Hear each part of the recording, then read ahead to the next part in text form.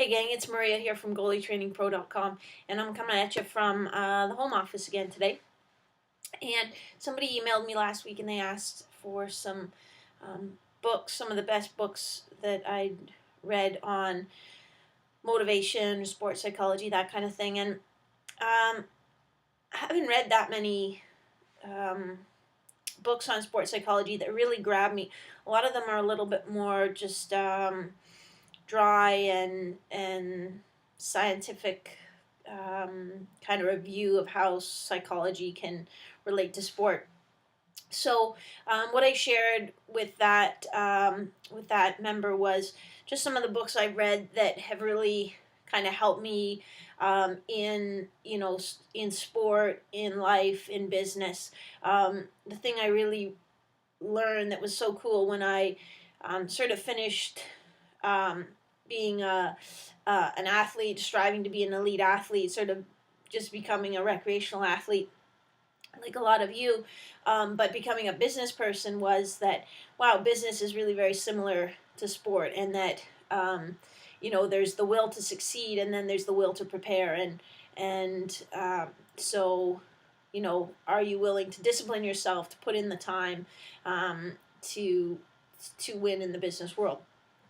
So a lot of these books kind of cross over into everything, and I think I like that too, because I think it's just a whole balanced approach. It's not that you're one person when you're doing business and another person as an athlete and another person just when you're at home with the family. It's sort of the whole thing. So the book that I recommended to him, and I don't have it because I've actually lent it out to athletes I train, and it's actually in the book bag of an Olympic gold medalist somewhere. But it's The Essential John Wooden by John Wooden. Those of you who know, John was the basketball coach for the UCLA Bruins for many, many years, won numerous championships. I'm kind of ashamed I can't remember the exact numbers, but it was something like they won 12 NCAA championships in 14 years, or I might be wrong, so I apologize. But just again, had these rules by which he lived his life, by which he coached, by which he expected or tried to instill in his players, and you can't argue with the success that he achieved. It's a nice book because it's kind of short chapters, so it's easy to kind of pick up and work on a bit and then put it down. It's not that if you don't look at it for a couple of days, you're gonna forget where you were at. So that's number one. Number two is a book by Robin Sharma. I read pretty much all of his books, and I really believe, or at least to me, this is the best one. This is the one that really speaks to me, and it's called The Saint, the Surfer, and the CEO.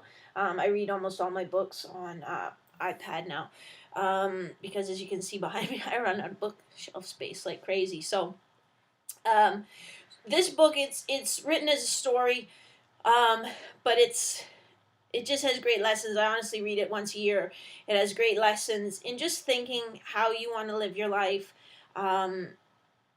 learning from other people, applying these lessons, and not just passively going from one day to the next, but having a vision, taking action steps, just like trying to achieve a goal in sports. So that's The Saint, the Surfer, and the CEO by Robin Sharma. The next book that has helped me quite a bit is this one, The No BS Guide to Time Management for Entrepreneurs. This is by Dan Kennedy, and Dan is actually a marketing guru. He's been involved in sort of sales copy for things like Proactive, and is very, very successful. But he's had his ups and downs as well. But if you're struggling with time management, this is good, because sometimes we feel bad that we can't do everything, or and this helps you really zero in on what needs to be done, and that it's okay to not be all things to all people. The next book is one that I read fairly recently, and it's called The Power of Less by Leo Babauta. I said that right, but anyway, The Power of Less, and it's a great book because it gives you some definite action steps just on even like cleaning the closet. Like if I open that closet over there, you would honestly see shoes stacked on top of each other to like almost my knee level. It's brutal. It's really bad. But it's, so it's just like giving you some actionable steps. Like, okay, here's how you're going to do it. You're going to pick one thing.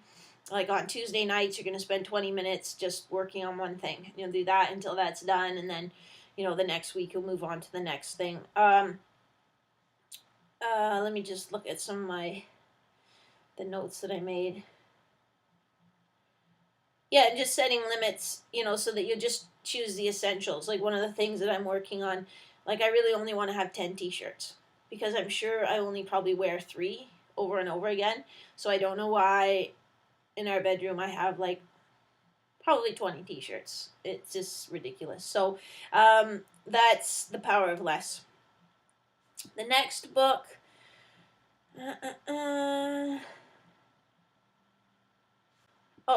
What If and Why Not by Jen Groover.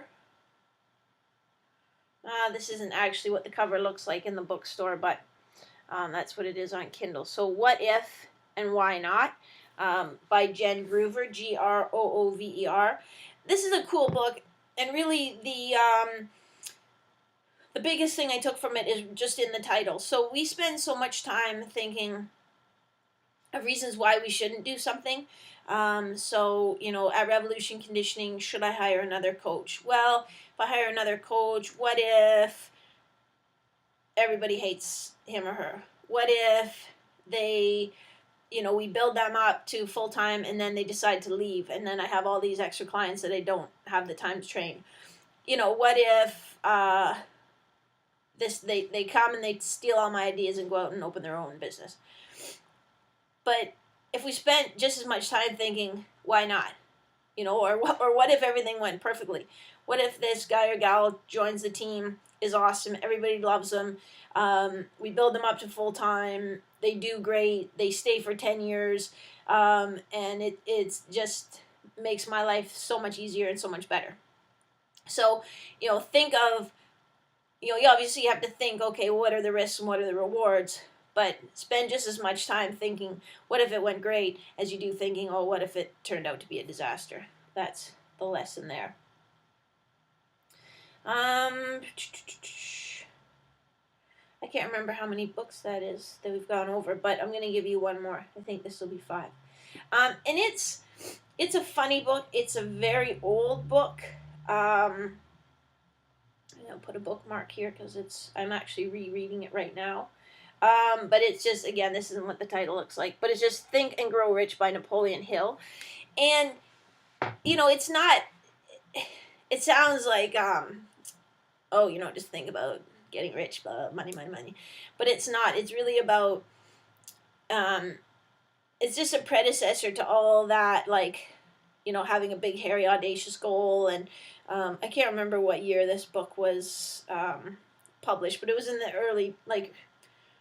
early 19th century, so I can't remember if it was like 1930 or 1920, but it was early on. And looking at some of the characteristics that some of the most successful business people to that point had. So looking at Henry Ford, Thomas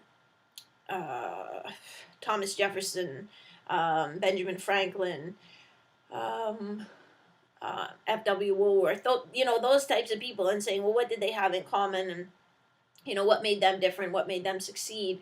And it's a little bit out there sometimes. Like, he talks a lot about the ether and like putting your thoughts out there. But, I think if you just frame it in a more contemporary setting, it's like, yeah, if you are thinking all day, like, oh, I can't do it, I'll never do it, oh, this is so hard, oh, the recession, the economy's bad, it's okay if I fail because, who am I to succeed anyway? That's going to wear you down. It's not moving you forward. Rather, if you start putting positive thoughts out there and, thinking, why not me? I have to, I'm going to work hard. I'm going to deliver tremendous value, and I should succeed if I do that. And so it's sort of more in depth than that, but it's actually a great read. It's really a classic read that I think should be essential for anybody to look over. So those are the books that I love, and now I'm going to show you my new favorite app. some of you may know that I love Starbucks. You may know. So Starbucks Canada finally has come out with an app that can put your gift card on it. So when I go to the Starbucks, then I just touch here when I'm ready to pay, and it turns my card into like a little scanner, and I hold that in front of the scanner, and then it automatically takes it off my account. You can see here we're in a critical situation here because I only have $7.73 left on my account. But wait, there's more. If I push this button down here, because they have like a reward system, so when you buy coffees, you get like a gold card or blah blah blah free drinks. So if I push this, I have 2 rewards stored up. So when I push this,